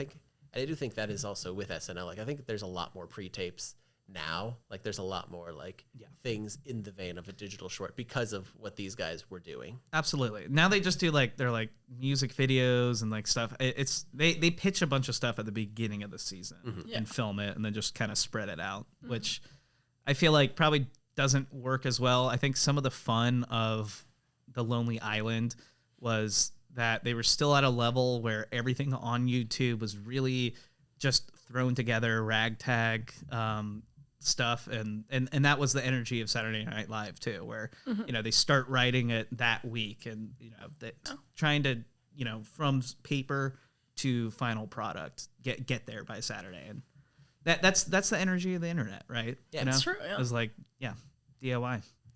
And I think that the new stuff's just a little polished is all it just kind of lacks that same charm. Yeah, the moment that like you start trying to recreate the sort of like slapdash frenzied quality of a bunch of people just working together to make something that they think is funny. Yeah. And the moment you try to recreate and like standardize that process, you lose that spark. Right. Because it's inherently like a commercial ambition, right? Exactly, like, because you're not doing it because it's just a bunch of people who think this thing is fucking funny and fun to do. You're trying to make money off of it. Yeah. They did try. They had do you guys know Good Neighbor? Yeah, that's so the Kyle Mooney, Beck Bennett. I forget the third guy's name. He was the one that didn't come with them to SNL. He actually ended up joining as a writer a few years later, but I don't know what happened after that point. But yeah, they were kind of the Lonely Island replacement. They were like a YouTube sketch, channel. That's the thing. I feel like their stuff kind of worked better as the DIY. Yeah, they still had some good segments on the early. Like first 2 years they were like on SNL though. They kind of let them do their thing. I just think it didn't take off and didn't become viral. So they kind of just said, okay, like just make something more commercial now. Yeah. I think you got to know like what things should be like high production value. Like when they did, the Mario Kart on HBO, that's a thing that's like, definitely make that like an upgrade thing. But I think there's there was some sketch where it was like these guys like trying to confront like his high school bullies. But it was shot like it was like a, not like an indie movie, but like a mid-budget type of like movie. It looked super sleek. Yeah. And then like he, I think punches like his bully like through like 5 walls of like brick. But that is almost less funny when you have such great like the VFX were too good. Right. Yes. Like if it was a thing where you just see like again a bad stuntman like crash through those walls, that's like way funnier. The joke doesn't have to be, oh, look at how poorly made this is. It's silly that a man is punching his bully through 5 walls of brick, so let's just make it look terrible. Yeah, see that's the thing about like having larger budgets and better effects to a certain threshold will make your movie better. But after you pass that threshold, it will start to just kind of degrade the creativity because limitations in themselves are what breed creativity and breed, like just better art, or not better, but Yeah. Which is, where I think Hot Rod actually does do like a really solid job, because they spent, I'm sure, all their money just on the stunts, especially that final stunt where you had to get like 1,000 extras. Yeah. Oh my God. Oh yeah. Like putting all that together and then making the rest of it kind of look look cheaper, because like seeing a man get hurt, but knowing that it's like clearly somebody else or like something else is happening, like that made it that much funnier. And you're right. All this A+, quality talent that hadn't like fully broken through yet, that had ambition. Like every one of these guys had skin in the game, and they wanted to make this a really great film. That's why you get such a good Bill Hader performance out of it. Yeah. Like Hader could come into 2 films, like he does this and Superbad in the same year, and then he also sneaks into like a cameo in Knocked Up, and you're just like, that. What a great year for this guy. Yeah, that's him like a year and a half into SNL. Right, but he could do that any time. he wants. You know, like he was just. I don't want to spoil the movie. if you don't know what movie he's in a movie that came out this year and it came. Oh yeah, I know. That was incredible. And it's again, you almost can't even tell that it's him. Yeah. But once you know it's him, Oh. it's actually a lot funnier. Okay, yeah. I know Okay, what if we you're all talking- know, I could just probably say it, right? Yeah. You don't care that is it cool the audience finds out? If you skip ahead 15 seconds if you don't want to hear it. Bo was Afraid, great movie. Yeah, there we go. Great movie. But exactly, he's on the phone for most of it before they that's a show great his vocal face. But performance. he could show up in any film like that and kill it, but his time is just much more valuable now. It's true. Same with Danny McBride. You know, he's off making his own show too. But they're so good in this as bit players. Yeah, and I mean, Bill Hader has like not the emotional moment, but like it's the thing that like starts to turn him around.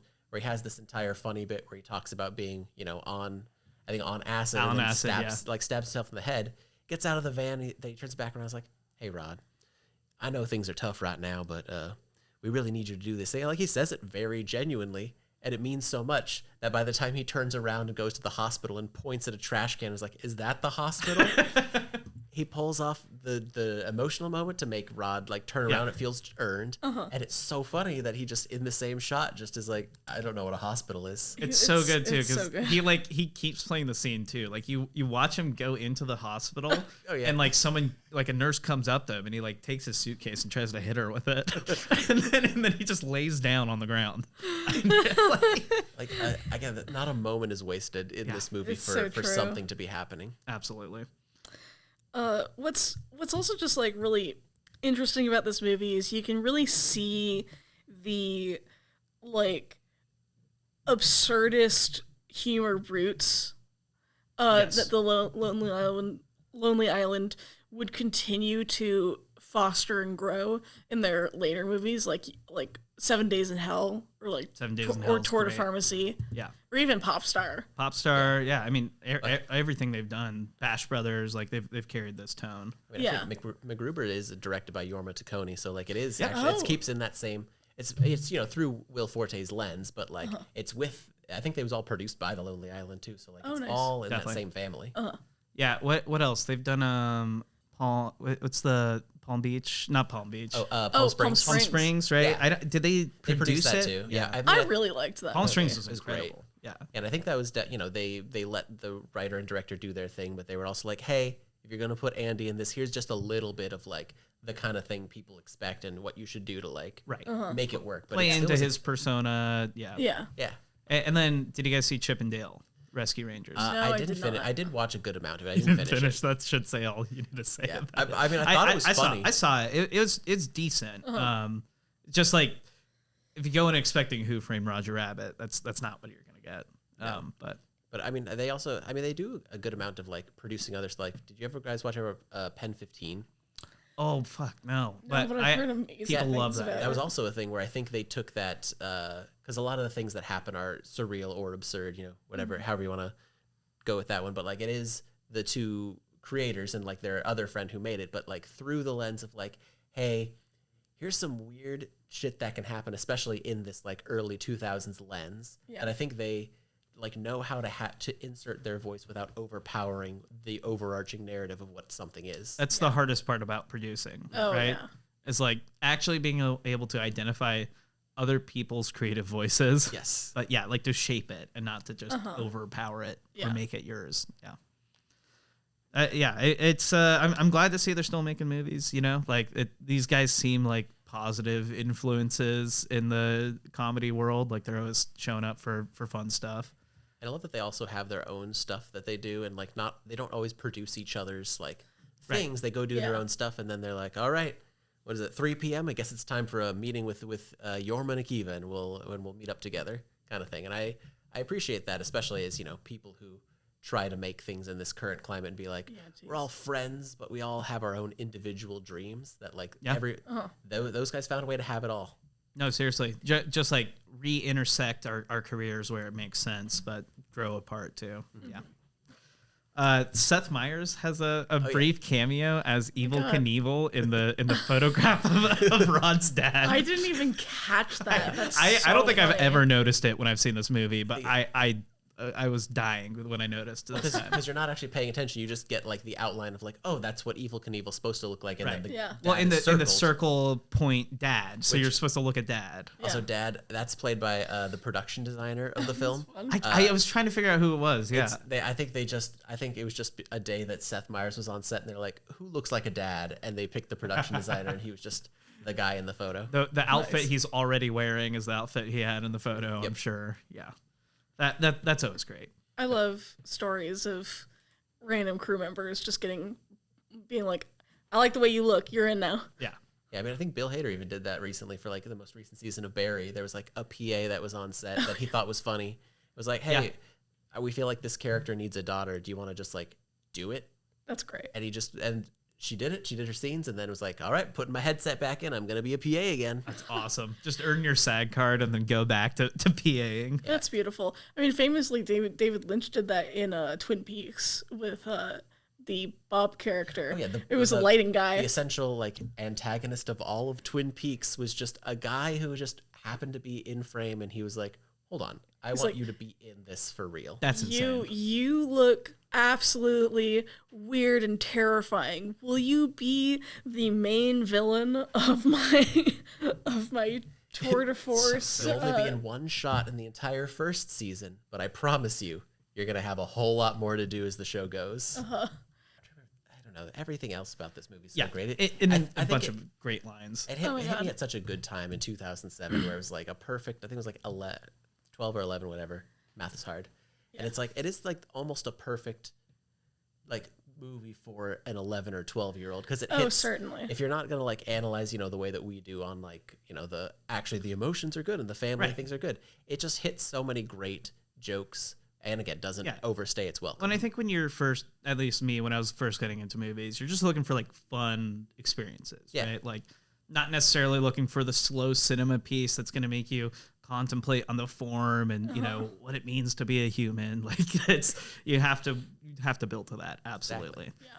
Did you see a lot of films in theaters in 2007 because you saw this? Yeah, you seem pretty. It was a thing where like my family, our main activity was going like to the movies to go see stuff, and a lot of it was we would make them go see whatever we wanted to see. Then my parents were like, all right, we're watching Flight Plan with Jodie Foster. It's like, okay, we'll watch Flight Plan with Jodie Foster. That's fine.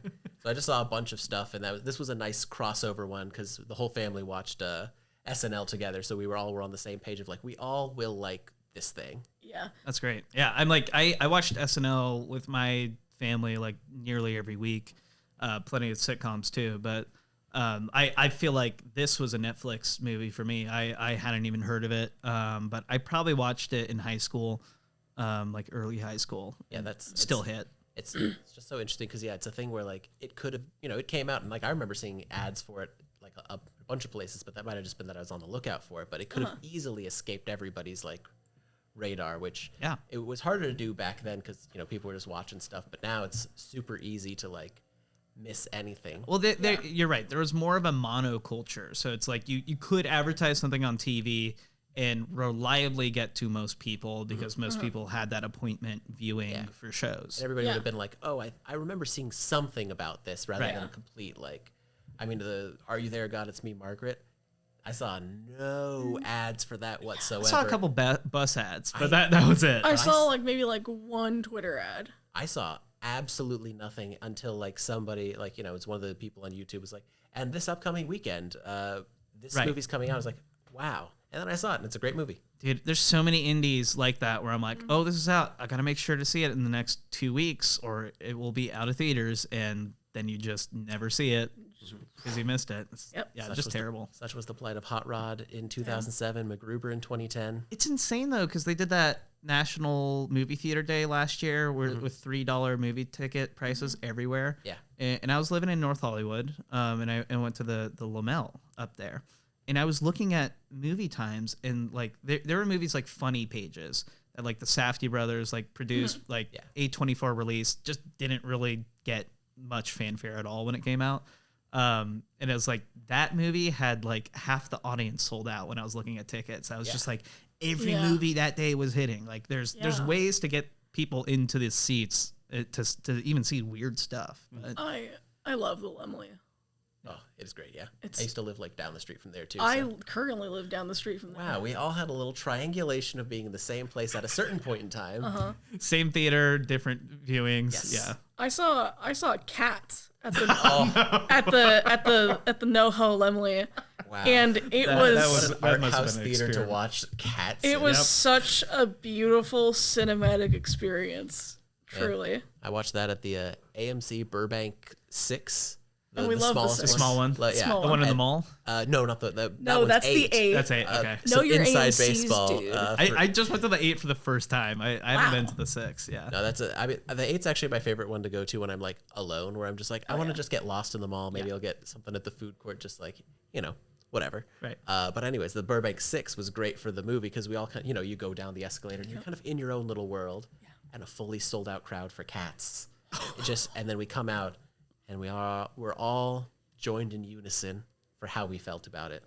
I would have loved like a sold out screening. I was in Vegas back home because it was like a holiday release, and my friend Scarlett was in town, and it was one of those like, I'm not gonna go see this by myself, but if you have the certain type of friends that it's perfect to go see a bad movie with.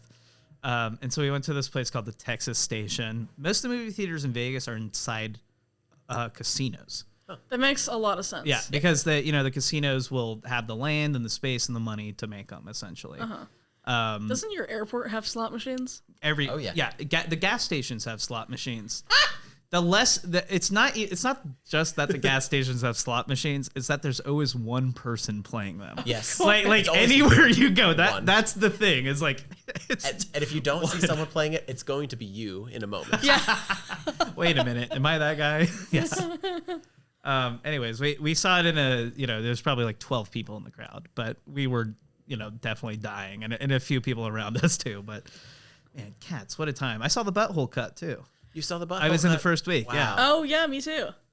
Yeah, the unfinished I saw the visual hands. effects. I remember the hands. I don't think I saw the buttholes. I think I was like one beyond the buttholes, but not quite. So the hands were fixed. Right. Because they kept sending updates of that movie out every single week. God. It's so crazy that that's. I mean, I hear that's how animated movies get released. It's like they give the file about a week before the movie comes out. I think they said something even about like, because we're recording this right now, like while Spider-Verse is in yeah. like its third Right. week, and apparently there's like multiple different versions at different theaters because certain theaters just are receiving the files at different times. Yeah. Well, they had a sound problem too. Oh, Or something that's true. like They did. so they had to That got remix it. Yeah. All great, all great hot rod stuff. All great hot. Hey, This is cinema, baby. this is This is what I listen That's for. the I knew what usually. I was doing when I mentioned Cats, but I had to.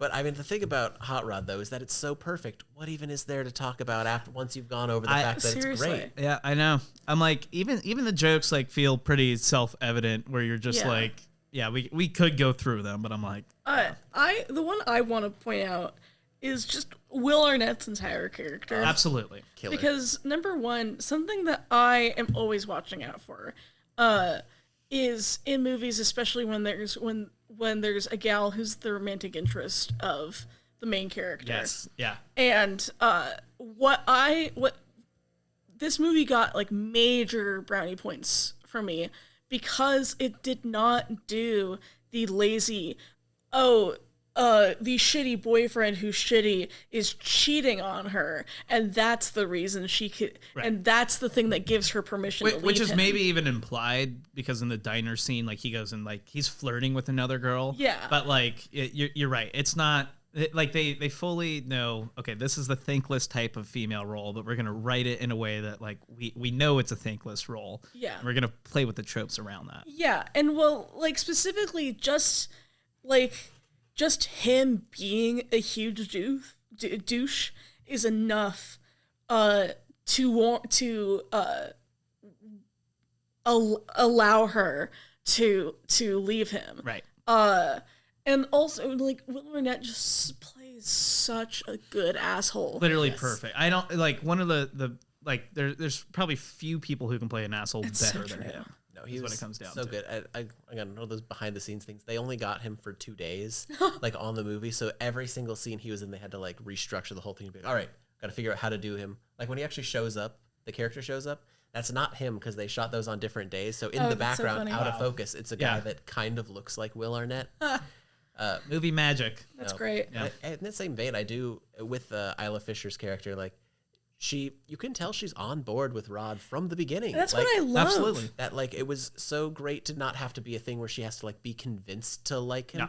Like she clearly likes him from the beginning. She's with this guy just because they went separate ways, and she kind of is a little bit doesn't like this guy very much. Yeah. Like when he shows up, she's already kind of on like a lot of unspoken like backstory type of things with these two characters that work out just in ways, especially when Will Arnett just does everything that's every cliche shitty boyfriend thing where he's like, babe, wait, babe. don't you two go falling in love while I'm over at Babe. That line is so good. Oh my God. Yeah. And like, so Isla Fisher in this movie, this is weird girl representation. This is the cornerstone of what I'm about. Oh yeah.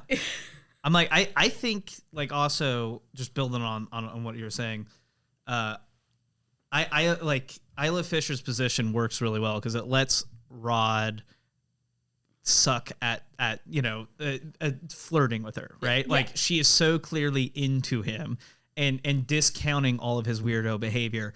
He doesn't actually have to try to win her over. And that's why it works. It's just fix yourself and realize, what is in front of you and you'll be fine. Well, it's like she even recognizes like, when he does stuff because he, whispers when she walks away when they first interact. It's like, I think you're pretty. And she like turns around and says, what? But like she heard him. Yeah. She's just, and then he goes like, you look shitty. You and look shitty. She's smiling, not because she's dumb, but just because she knows that that's not what he said. And it's a very like sweet moment. I know. So I really enjoy, especially for like 2007, not to bash 2007 too much. Please. But, That's what we're here for. This is a We Hate Movies podcast. That's a good point. But like just like the 2000s were not very kind to female characters in general, especially when they're romantic leads. And so I just found her to be very compelling. Because of just how quickly she is down, or like not even quickly, because like she doesn't change at all. She doesn't like change her mind about it, because it's just how she's immediately already in for Rod's weirdness. Oh yeah, because like then when he's like, I need to tell you something, and he's like, who would win in a fight, a grilled cheese or a taco? And she like hesitates for a moment, just again because she thinks he's going to ask him a different question. Exactly. And when he doesn't, she's like, okay, I'll take this seriously. But she does ask. She says, "Is that really what you were going to ask me?" Is that really what you're going to ask me? With the energy from before. Yeah, and again, funny because of course, but also a real character moment. Yeah. And then she answers it. And she genuinely is like, grilled cheese in a fair fight, taco if it's street rules. Prison rules. And again for a 2007 movie, Andy Samberg goes, wow, that's kind of racist, but correct. It's like Yep.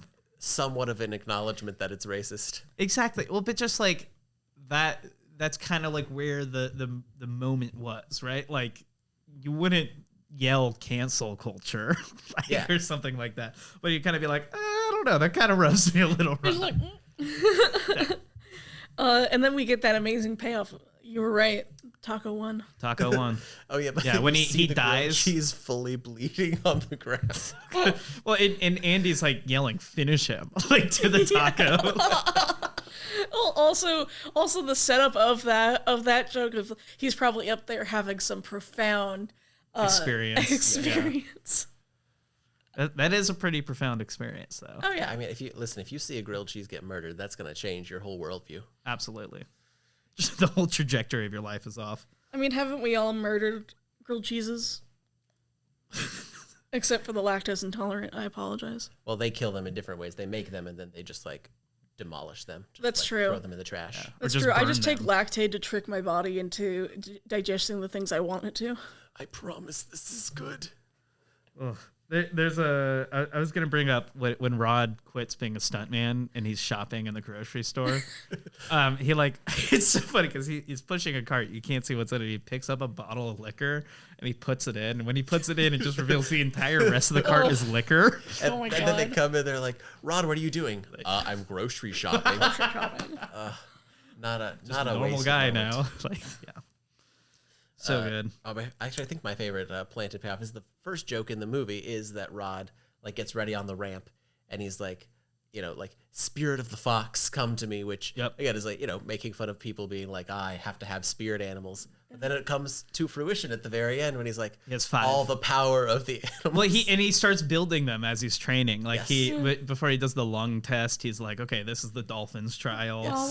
That to me felt like a Will Ferrell script holdover. Yeah, I was like, oh, I could see Ferrell killing that line. Oh, 100%. I feel like that one's one where they like read the script and they didn't know how to open the movie. So they're like, oh, it needs to be like a silly joke. Because that feels like a thing where he would spout out like 3 different things. Like, you know how he does in Anchorman where it's like, great Odin's raven, you know, Exactly. by the beard of Zeus. Like he would have said a number of different animals. Yeah, he would have improvised the day on. Yeah. And And that's absolutely. like a placeholder joke for whatever he was going to do. Yeah. Oh, yeah. That makes a lot of sense. Still good though. I mean, I think Andy takes this into his own realm well enough, and they certainly dumbed down enough of the script to fit into their style. But what are you guys' thoughts on AM radio? Do you think that a young man should in fact be urinating onto an FM radio and also a color television set? Just the way he says colored TV, like with such malice, it's so funny. As you can see, there are 2 streams. I like to think that that young man had just had sex, and some of the residue was still there and split it into 2 streams. Which is the thing that feels improvised, but they had to do a tattoo joke, which it was planned. Only Chris Parnell can sell a line like that. It's too. so like true. that's exactly the type of line you hear in another comedy and roll your eyes at. And that's what's so funny about Chris Parnell is that he's like, it's so rare that I see him as not a bit character, but he does his bits so fucking well, and is like the highlight of the scenes that he's in. It's why he's so like undersung as Jerry in Rick and Morty. Oh, because he's like constantly playing the straight man, but also the fool and the butt of the joke. Like, but he's able to kind of switch between all of them. A Swiss Army joke, if you will. Yeah, absolutely. But also bring in like some emotional punch, like when they get to that. Well, I think the thing about Chris Parnell is that he has that regular guy face, regular guy voice, but knows how to use it. Like I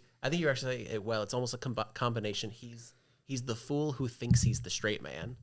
Like he is completely the ridiculous thing, but he plays everything like everything he's doing is because he sees Ebenezer Scrooge come out of a school bus, and it's not a thing where it's like, you know, most people be like, that's weird. Like they'd comment on it being weird, but he gets excited. He's like, Ebenezer Scrooge is here with a cooked goose. And it's exciting for him. He loves that. Oh my God. That joke got me. Do you ever like acknowledge like technical difficulties on here? Yeah. Okay. Oh, very so nice. yes, as you can hear, Criss Angel was in fact in the wire work trying to silence this operation. But Terrible, man, but terrible. he was unvictorious. Exactly. He took out the first channel, but we had the backup channel. So He we're all didn't good. count. He didn't count on that. Damn you, Criss Angel! That's why Criss Angel never thinks of a backup plan. He's just got his one thing. So usually my magic tricks work out. Oh, shit, I don't have magic tricks. All right, Cirque du Soleil, come in. Come in. That's actually probably what it is because Cirque du Soleil is so good on wires. They probably like messed with your whole system here. He There you brought go. them in. Oh, Fuck. Yeah. dude. Cracked it. Crack the That's code. a real mind freak. That's a mind freak. That's my mind is freaked. I'm freaked out right now. Do you guys have a favorite digital short from the Andy Samberg days? Like anything that speaks to I'm you? glad you brought this up. Yes. Dear Sister really just like hits Yeah, for me. Dear Sister is so hard to beat. It's I love the like more obscure ones. There's a later one that's like Iran, which is like a take on the song Iran, but Yeah. it's about Mahmoud Ahmadinejad coming to New York, and it becomes a love story where this guy's trying to court Ahmadinejad, when he comes, and it's a very, very funny. And then you get Adam Levine from Maroon 5 to be part of it. Killer social commentary and just so funny. That's great. There's also one where this is a throwback. Is Horatio Sands is in one of them. Yes. And it's like Andy, Seth, and like some other guy, and they notice they're like doppelgangers. It's like, oh hey, that guy. Oh, that looks like me. And then one of them's like, oh my God, Andy, that guy looks exactly like you, and it's Horatio Sands. And then he's like, that doesn't look anything like me. And then he like Horatio Sands walks over, and they're like, oh no. Wait, which one of them's the real one? Then they do like the cliche like sci-fi thing where they pulls out the gun. It's like, who do I need to shoot? It's like, you don't need to shoot anyone. Killer bits that just get lost to time. Absolutely. Even Lazy Sunday, like that being their first video feels pretty lost at the time. Because it wasn't their first one. It was like 5 or 6, I think, in their actual digital show. It was just the first one. You're probably right. That was the first, viral. That's Because I remember it being a thing like when that season started. Again, I've got SNL Encyclopedia up in here. Good. Is like their first one was just called Lettuce, which was just Andy Samberg and Will Forte like talking about something serious, like on a stoop. And then just in a moment of silence, Will Forte just pulls out a head of lettuce and just starts eating it like it's an apple. And they just do that back and forth while they're like talking about something serious. And that's the first one. That's beautiful. Yeah, that's solid. I love the one that where it's like it's a musical where he's like, I don't know why, but I feel like today's gonna be a great day. Great day is good, yeah. Great day. And he's just and he's just on drugs. He is on cocaine. And he's being like, my wife left me, my kids left me, no one loves me, but it's okay. It's I love the Michael Bolton, Jack Sparrow one is great. Uh-huh. Obviously a dick in the box, like how are you not? Dick in the box. What's the other Timberlake one? They had like a trilogy. It was like it was Mother Lover was the second one. Mother Lover is so Mother's good. Day With Lady Gaga, right? That one was 3-way. That was the third one. Oh, that's 3-way. Yeah, that's right. That's right. That was how they closed it out. I think that was like his like second to last digital short was 3-way. That's wild. Damn. Yeah, different era. Are you still up on SNL? I watch it every like once. I don't watch it like live anymore. If like the clips come on YouTube, I'll usually take some time to watch them. In general, I tend to mostly be a clip guy too nowadays. I just got a little burned on the cast turnover.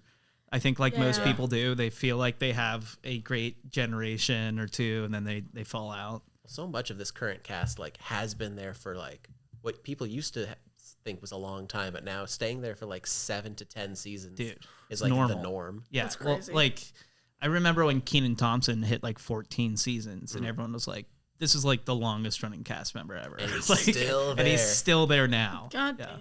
He had a whole sitcom, like self-titled sitcom that came and went in the time that he's been. But he's been on Saturday Night Live long enough to know that you have to wait to see if it gets past the first season. Yes. True. Because he's like the amount of people that left thinking their careers were going to take off and then it went nowhere. Yeah.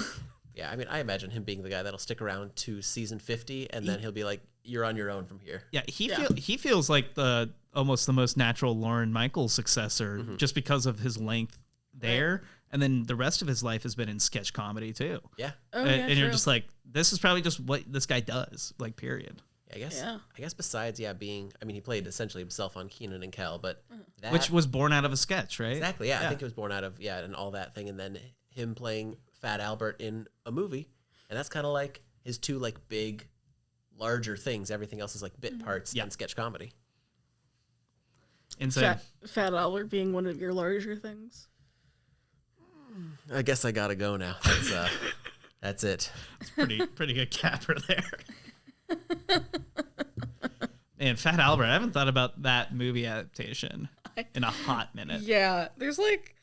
This kind of goes back to MacGruber also, but there's like a lot of movies that for a while I was like, I guess that was just a hallucination, where I just hallucinated seeing a trailer on TV and then never heard anything about it.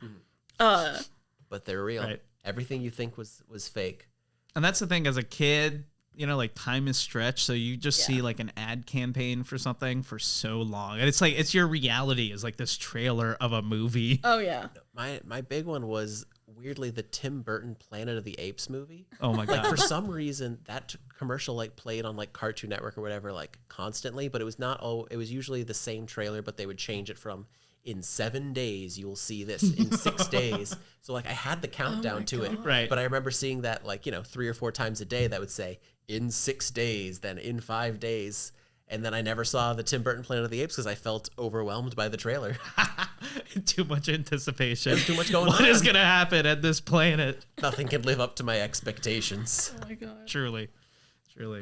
Well, yeah. Thanks so much for coming on, guys. You're so welcome. Thank you for having us. It makes sense that you wanted me on for the episode that's about hot. Yeah, the hot double. The hot double with a hot triple. Hey, there it is. I don't know. That's a closer right there. That it's no notes. Yeah. Any final plugs? Or you guys? I mean, we plugged at the beginning, so That's Yeah, fair. just go to Two Lemon on YouTube. there's Watch. a lot of really good stuff. We got some great sketches. Lauren, if you're listening to this one from your boy, Hey, Hot Lauren Rod. Michaels, I think I could be on SNL, and I'm gonna be. Do you know that guy I'm talking Yeah, about? no, he's like, I think I'd be that cast member on SNL. It's so bad. Do that, and then we make a lot of music videos. Look at the Toxards; they're cool guys. We do a lot of their videos, so that's my plug. Oh yeah. Thanks again. For weird film takes, you can follow me on Letterboxd. Yes. At Goddamn it, Robin. Let's go. Yeah. Gotta There we pump go. that letterbox. If you're still on the dying hell site that's Twitter, you can find me at the same handle. Awesome. Well, yeah, you can follow us, Instagram, Twitter, Letterboxd, all that stuff. Video editions available on YouTube, audio, wherever you find audio podcasts. This has been Cinema Span. Thanks for listening. Thank you. Woo. Thanks.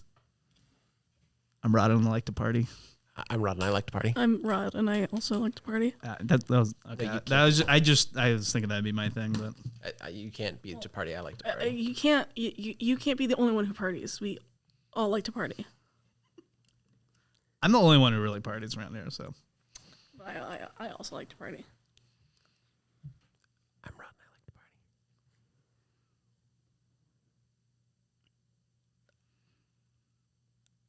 I like to party.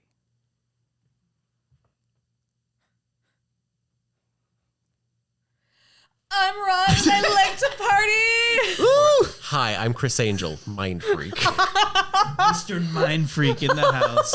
You gotta like edit so that it sounds like we got cut off. This is Criss Angel. I've broken in. Just gunshots. Look at me. I'm the podcast host now.